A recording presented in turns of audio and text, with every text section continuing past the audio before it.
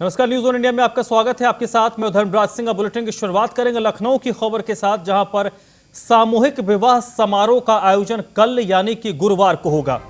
मुख्यमंत्री योगी आदित्यनाथ इस कार्यक्रम में मुख्य अतिथि के तौर पर मौजूद होंगे। मुख्यमंत्री इस कार्यक्रम का शुभारंभ करेंगे। श्रम और सेवा योजन मंत्री स्वामी प्रसाद मौर्य भी इस कार्यक्रम में मौजूद होंगे। सुबह 11 बजे मुख्यमंत्री योगी आदित्यनाथ इस कार्यक्रम में शिरकत करेंगे। दोपहर 12 बजे वृंदावन योजना में इस कार्यक्रम का आयोजन होगा। इस कार्यक्रम में वैवाहिक बंधन में 3500 जोड़े एक परिणय सूत्र बंधेंगे। और इसकी तैयारियों को लेकर स्थिति क्या है, इसका जायजा डीएम अभिषेक प्रकाश ने लिया है। पुलिस कमिश्नर डीके ठाकुर और कई अधिकारी मौके पर मौजूद रहे। बृहद सामूहिक विवाह कार्यक्रम का यह आयोजन है, जिसकी तैयारी इस वक्त बड़ी जोर शोर से चल रही है। पूरा प्रशासनिक अमला इसकी तैयारियों में लगा हुआ है। हर चीज चुस्त और दुरुस्त करने की तैयारी चल रही है। मुख्यमंत्री खुद इस कार्यक्रम में शिरकत करेंगे। 3500 जोड़े जो कल से अपने एक नए जीवन की शुरुआत करेंगे, मुख्यमंत्री इस दौरान में मौजूद रहेंगे। इस कार्यक्रम का शुभारंभ करेंगे और जो नई जोड़ी हैं उनको मुख्यमंत्री आशीर्वाद देंगे।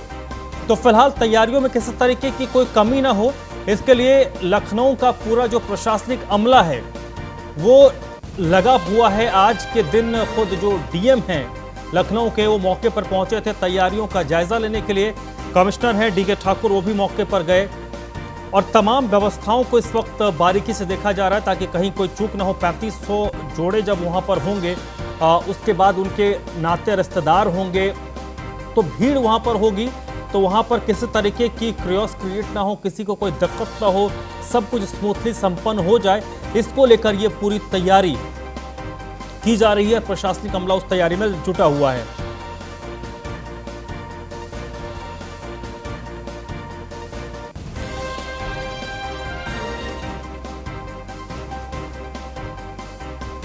अश्विनी द्विवेदी इस वक्त मेरे साथ जुड़ चुके हैं इसी पर ज्यादा बातचीत के लिए। अश्विनी, किस तरीके की तैयारी है, क्योंकि बड़े पैमाने पर इस कार्यक्रम का आयोजन किया जा रहा है? निश्चित तो बता दूं आपको, जो श्रम विभाग और समाज कल्याण विभाग का संयुक्त रूप से ये कार्यक्रम होगा, जिसमें लगभग 3000 जोड़े हैं जिनकी विवाह कराया जाएगा।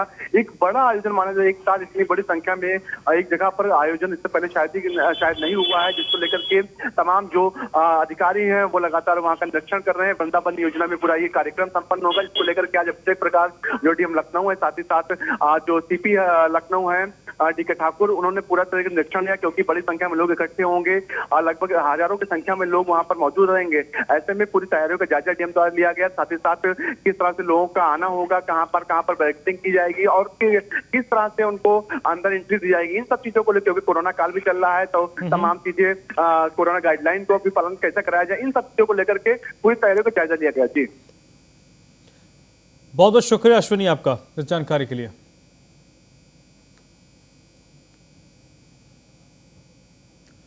लखनऊ में आज आम आदमी पार्टी ने प्रेस कॉन्फ्रेंस की है, जिसमें प्रदेश अध्यक्ष सभाजीत सिंह ने प्रेस कॉन्फ्रेंस को संबोधित किया और आरोप लगाया है आम आदमी पार्टी ने कि दिल्ली में एक चुनी हुई सरकार है और चुनी हुई दिल्ली की सरकार अच्छा काम कर रही है। शिक्षा, चिकित्सा, बिजली, पानी, हर क्षेत्र में बेहतर काम दिल्ली की सरकार कर रही है।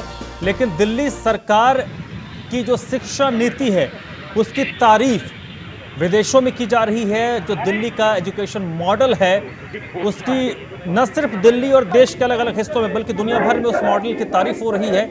लेकिन केंद्र सरकार लोकतंत्र की हत्या करना चाहती है, ये आरोप आम आदमी पार्टी के प्रदेश अध्यक्ष ने लगाया है। केजरीवाल सरकार के अधिकारों में कटौती केंद्र सरकार करना चाहती है। ये जो एनसीटी एक्ट है, जिसमें संशोधन के लिए एक बिल लाया गया है सदन में और संभवतः उसे कानून का रूप दे दिया जाएगा, और उसका मतलब ये होगा कि दिल्ली में जो ज़्यादातर शक्तियां होंगी वो एलजी के पास होंगी। केजरीवाल की सरकार कोई फैसला अगर करती है, मंत्रिमंडल कोई फैसला करती है, तो उनको एलजी से स्वीकृति लेनी होगी। इसी का विरोध आम आदमी पार्टी कर रही है और आज इसको लेकर उत्तर प्रदेश की जो आम आदमी पार्टी की इकाई है उन्होंने विरोध प्रदर्शन किया और एक प्रेस कॉन्फ्रेंस का आयोजन किया गया था, जिसमें आम आदमी पार्टी के जो प्रदेश अध्यक्ष हैं उनका ये कहना था कि आम आदमी पार्टी हर क्षेत्र में बेहतर काम कर रही है। शिक्षा हो, चिकित्सा हो, पानी की समस्या, हर जगह पर आम आदमी पार्टी बेहतर काम कर रही है। दिल्ली के लोग खुश हैं, लेकिन केंद्र सरकार बैकडोर से दिल्ली को रूल करना चाहती है, दिल्ली में शासन करना चाहती है एलजी के जरिए, इसलिए एनसीटी एक्ट में यह संशोधन लाया गया है।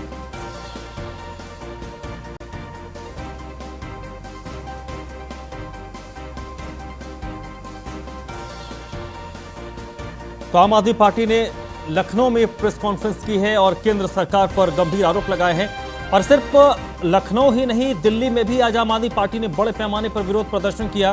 महाराष्ट्र में, मुंबई में विरोध प्रदर्शन हुए हैं। तो आम आदमी पार्टी की जहां जहां इकाई है, हर जगह पर आम आदमी पार्टी की ओर से विरोध प्रदर्शन किया। उत्तर प्रदेश की अगर विशेष तौर पर हम बात करें तो उत्तर प्रदेश में आम आदमी पार्टी की जो इकाई है, उन्होंने तय किया था कि आज दोपहर के 12 बजे सभी जिला मुख्यालयों में आम आदमी पार्टी के कार्यकर्ता विरोध प्रदर्शन करेंगे। और आज तमाम जिला मुख्यालय में आम आदमी पार्टी के कार्यकर्ताओं ने प्रदर्शन किया और लखनऊ में भी विरोध प्रदर्शन किया गया था। वहां पर पुलिस के साथ उनकी झड़प हुई, जिसमें पुलिस ने लाठीचार्ज भी किया था।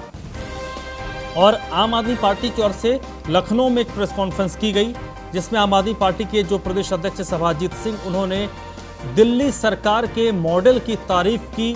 उन्होंने कहा कि दिल्ली सरकार हर क्षेत्र में बेहतर काम कर रही है। हमारे कार्यकर्ताओं को आज हर जगह से गिरफ्तार किया गया। पुलिस ने लाठी चार्ज किया है 1090 चौराहे पर, यह गलत है। और दिल्ली सरकार को अस्थिर करने की कोशिश केंद्र सरकार कर रही है। केंद्र सरकार बैकडोर से रूल करने की कोशिश कर रही है, इसलिए ये जो बिल संसद में लाया गया है उसमें अमेंडमेंट किया जा रहा है। के अधिकार में कटौती करना चाहती है।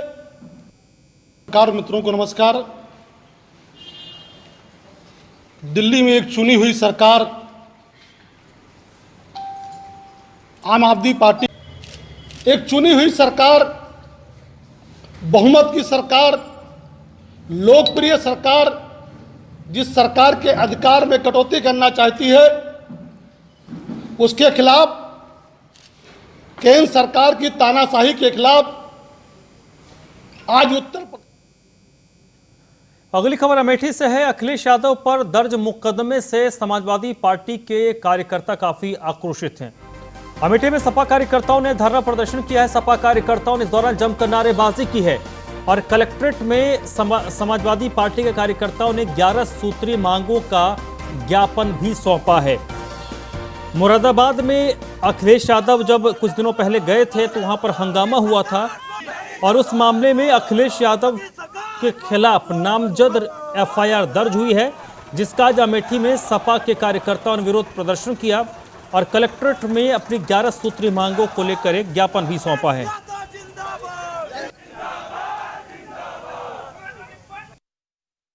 हम लोगों का मेन मुद्दा है राष्ट्रीय अध्यक्ष आदरणीय अखिलेश यादव के खिलाफ जो अनुशासनहीनता की गई है। हम लोग 11 सूत्रीय मांगों के अनुरूप राज्यपाल को एक ज्ञापन जिलाधिकारी के माध्यम से सौंपा जा रहा है। हम लोगों का केवल पहला लक्ष्य है कि राष्ट्रीय अध्यक्ष आदरणीय अखिलेश यादव के खिलाफ जो अनुशासनहीनता हुई, जो सरकार की विफलता हुई, इसे तत्काल वापस किया जाए। हम लोगों की मेन यही मांगे हैं। बेरोजगारी भी है, छात्रों की फीस भी है, किसानों की जो काला कानून है इसको वापस लिया जाए। 11 सूत्री कार्यक्रम है, इसी के लिए हम लोग ज्ञापन दे रहे हैं। वहीं समाजवादी पार्टी की साइकिल यात्रा शाहजहांपुर पहुंची। सांसद आजम खान के समर्थन में ये साइकिल यात्रा निकाली गई। रामपुर से साइकिल यात्रा की शुरुआत हुई।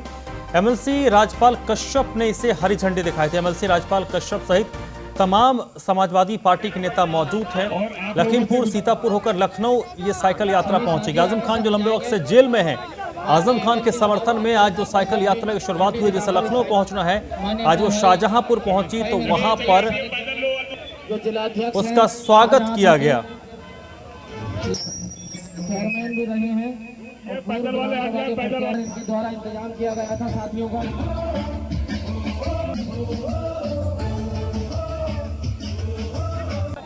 आइए माननीय एमएलसी श्री राजपाल कश्यप जी किनारे आओ।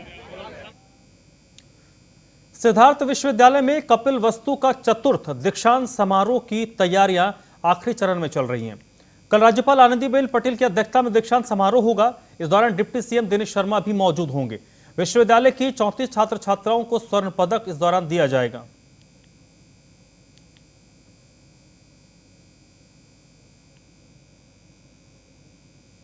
हमारे साथ बात करने के लिए मौजूद है सिद्धार्थ विश्वविद्यालय कपिलवस्तु के प्रोफेसर सुरेंद्र दुबे जी। इनसे जाना कल कपिलवस्तु का चौथा दीक्षांत समारोह मनाया जा रहा है। सर, कल चौथा दीक्षांत समारोह, क्या तैयारियां हैं?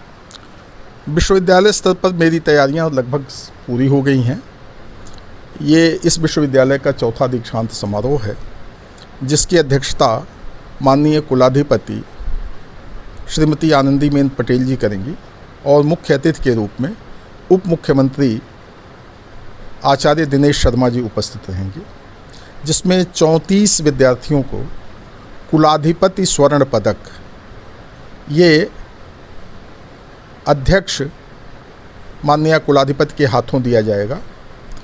50 बच्चे बच्चियां उच्च प्राथमिक विद्यालयों से आमंत्रित किए गए हैं, जिन्हें मैडम के हाथों बैग, कहानी, महापुरुषों की जीवनियाँ, पंचतंत्र हितोपदेश आदि, विवेकानंद, शिवाजी, भगत सिंह, इन जैसे लोगों के जीवन वृत्त, कलर, पेंसिल आदि उस बैग में रखे गए हैं।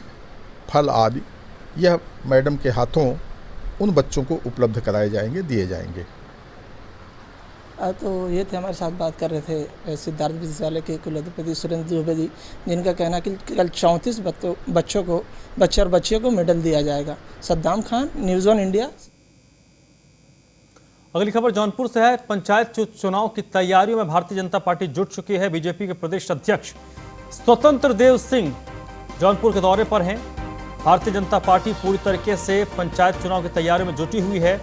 जौनपुर के दौरे पर हैं स्वतंत्र देव सिंह, और स्वतंत्र देव सिंह ने जौनपुर दौरा में बीजेपी कार्यकर्ताओं से मुलाकात की। मंगला निषाद के यहाँ उन्होंने भोजन किया और योगी सरकार के 4 साल के जो विकास के कार्य हैं, उन कार्यों की स्वतंत्र देव सिंह ने सराहना की और कहा कि इन्हीं कामों को हम जनता के बीच लेकर जाएंगे और पंचायत चुनाव में बीजेपी के जो समर्थक हैं या बीजेपी के जो लोग हैं वो जीत दर्ज करेंगे।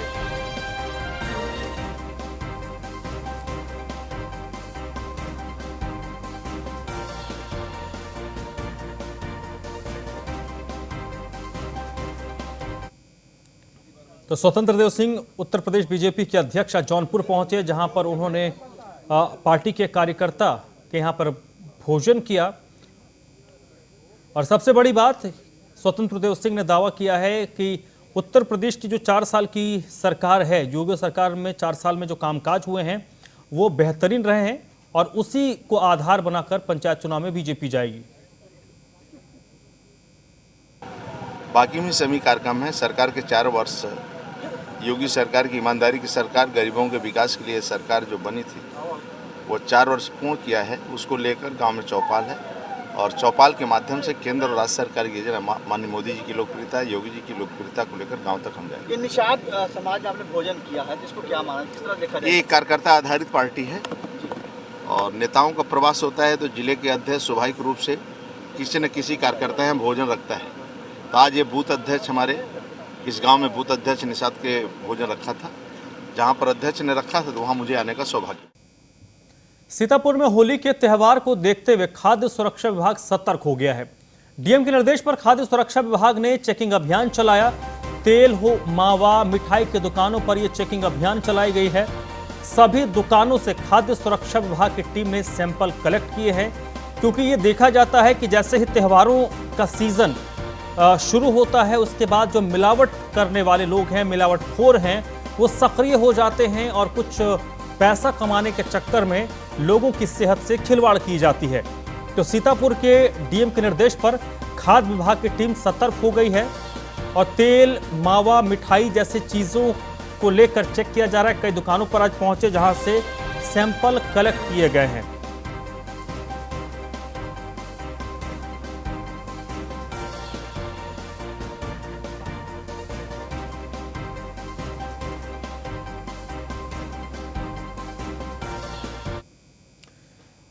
अगली खबर नोएडा से है। पुलिस कमिश्नर आलोक सिंह के नेतृत्व में अपराधियों का सफाया हो रहा है। थाना सेक्टर 58 पुलिस की टीम को आज एक बड़ी सफलता हाथ लगी है। नोएडा में मोबाइल लूटपाट करने वाला लुटेरा गिरफ्तार हुआ है। सेक्टर 62 से इस लुटेरे की गिरफ्तारी हुई है। पदम सिंह उर्फ राहुल इस मोबाइल लिफ्टर का नाम रहा है और इसके पास से लूटे गए 5 मोबाइल फोन, बाइक और हथियार बरामद हुए हैं। सेक्टर 62 से इसकी गिरफ्तारी हुई है और लगातार जो पुलिस कमिश्नर हैं आलोक सिंह, उनके नेतृत्व में ये बेहतरीन काम नोएडा की पुलिस कर रही है। निशांत इस वक्त मेरे साथ फोन लाइन पर जुड़ चुके हैं इसी पर ज्यादा जानकारी के लिए। निशांत, इस शख्स की जो गिरफ्तारी हुई है, राहुल इसका नाम बताया जा रहा है, ये किसी न किसी गैंग के साथ जुड़ा होगा, इनका कोई गिरोह होगा, तो अब पुलिस के लिए चुनौती होगी कि उन लोगों तक पहुंचे। देखिए, एक लूट गिरोह का एक सदस्य है और इस लुटेरे को नोएडा पुलिस ने गिरफ्तार किया है और लगातार जो कमिश्नर आलोक सिंह के नेतृत्व में लगातार अपराधियों का सफाया करने के लिए पुलिस अभियान चला रही है। वहीं सेक्टर 58 पुलिस ने सेक्टर 62 से इसकी गिरफ्तारी करी है और जो बता दें आपको कि कई लूट की घटना जो नोएडा के अंदर सबसे ज्यादा मोबाइल लूट की घटनाओं को अंजाम दिया करता था, जो इसके पास से मौके से 5 लूट के मोबाइल भी बरामद हुए हैं, एक मोटरसाइकिल इसके पास से बरामद हुई है। और सबसे बड़ी बात है कि लगातार जो आम नागरिक हैं, जो लोग नौकरी करके घर जाते हैं, रास्ते में चलते हुए उनसे फोन लूटकर ये फरार हो जाता है। और सबसे बड़ी बात थी कि पुलिस को लगातार ये चुनौती दे रहा था, वहीं पुलिस ने गिरफ्तार कर लिया है और गिरफ्तार करने के बाद अब सलाखों के पीछे इसे भेज दिया है। बहुत बहुत शुक्रिया आपका इस जानकारी के लिए निशांत। हापुड़ में बदमाशों के हौसले बुलंद हैं। हापुड़ में कार सवार बदमाशों ने घर में फायरिंग की है। घर में घुसकर बदमाशों ने कई राउंड फायरिंग की है। घर के सदस्यों के साथ इस दौरान मारपीट की गई और ये जो पूरी वारदात है, मसलन फायरिंग जो की गई है, जो मारपीट हुई है घर के सदस्यों की, पूरी घटना सीसीटीवी में कैद हो गई है। फिलहाल ये जो मामला बताया जा रहा है कोतवाली क्षेत्र के सिकंदर गेट चौकी का है। सिटी कोतवाली के सिकंदर गेट चौकी का ये मामला है। एक डॉन है खुर्जे का, शहीद चेड़ी उसका नाम है, उस पर पहले भी मर्डर केस काफ़ी चल रहे हैं। उसके बच्चे आज भी जेल में हैं मौजूद। अभी दिल्ली में उन्होंने एक मर्डर किया है। वो आए हमारे घर के अंदर और आने के बाद उसके साथ कुछ और भी बदमाश थे साथ में, उसके बेटे भी थे।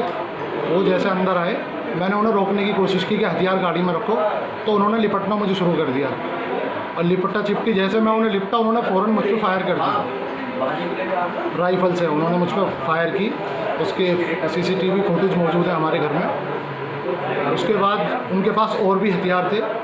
जैसे लोगों की भीड़ आई, लोगों ने मुझे छुड़ा के अंदर कैद कर दिया, तो उन्होंने और भी राउंड मतलब हवा में फायर किए हैं। पुलिस में इसमें कुछ गिरफ्तारी की है पुलिस ने जो चोर है ये डॉन शहीद चेड़ी, इसको भी अरेस्ट किया है। इसके पास 1-2 हथियार भी मिले हैं जो ऐसे ही हैं।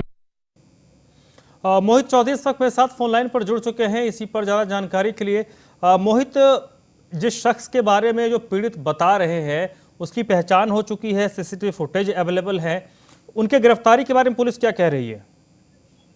देखिए, आपको बता दें पूरा मामला सिटी कोतवाल क्षेत्र का सिकंदर गेट का है, जहाँ से महज चंद कदमों की दूरी पर वहाँ एक पुलिस चौकी है और पुलिस चौकी के चंद कदमों की दूरी पर ही ये वारदात हुई है, जहाँ पर दबंगों ने सरेआम फायरिंग की है और जो परिवार है उनके साथ में मारपीट भी की है।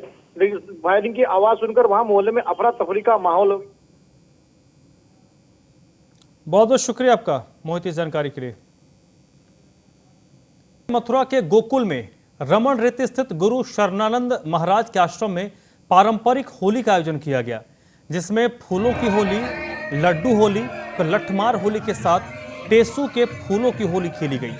फूलों की होली में सैकड़ों भक्तों ने हिस्सा लिया।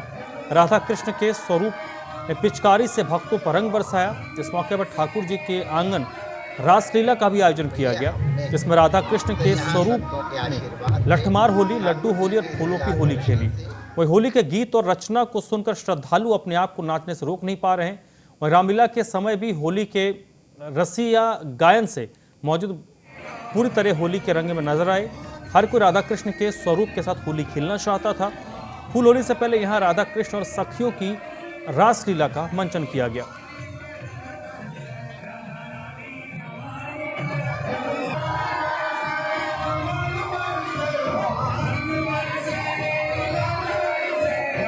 भैया हमने है तो यहाँ संतों के आशीर्वाद से, ठाकुर जी के लीला दर्शन से, कीर्तन करने से जितनी देर के लिए भी सही वो आवरण निवृत्त हुआ, और जब आवरण निवृत्त हुआ तो हमारा जो रस रूप है अपने आप प्रकट हो गया। हमको कहीं से इंपोर्ट या लाना नहीं पड़ा, किसी ने डाला नहीं। और जब वो आनंद का उद्रेक जागृत होता है तो माय डियर फिर हमको नाचना पड़ता नहीं है, हमारी चाल अपने आप नाच हो जाती है। हमको गाना नहीं पड़ता है, जो कुछ भी हम कहते हैं वो सबका सब आनंद रूप हो जाता है, कविता रूप हो जाता है। हमारी प्रत्येक क्रिया कृष्णमयी होकर रसरूपिणी हो जाती है। भगवान सबको अपना रंग प्रदान करते हैं, भगवत रंग कहो या अनुराग कहो। अनुराग माने राग माने रंग, रंजन। अनुरक्त करते हैं माने रक्तिम या अपने रंग में हमको रंग लेते हैं। ब्रज में होली का आगाज होता है। होली के आगाज के चलते आज महावन के रमन रीति में होली का उत्सव मनाया गया। कोरोना के चलते जो रंग और गुलाल और अबीर की जो होली हुआ करती थी उसे खत्म करके आज यहाँ पे फूलों की होली की गई है। हजारों की तादाद में देश विदेश से यहाँ श्रद्धालु आए हुए, श्रद्धालुओं के चलते आज फूलों की होली की गई है। अपने आप में बहुत ही महत्वपूर्ण हो जाता है क्योंकि कोविड के दौर में होली का आगाज होना और अपने आप में कोविड का असर देखने को स्पष्ट तौर पर मिल रहा है, क्योंकि आज कोविड के वजह से रंग और गुलाल की होली खत्म करके फूलों की होली की गई है। न्यूज़ वन इंडिया के लिए गगन पंडित, मथुरा। ब्रज में होली का आगाज। इस बुलेटिन में फिलहाल इतना ही।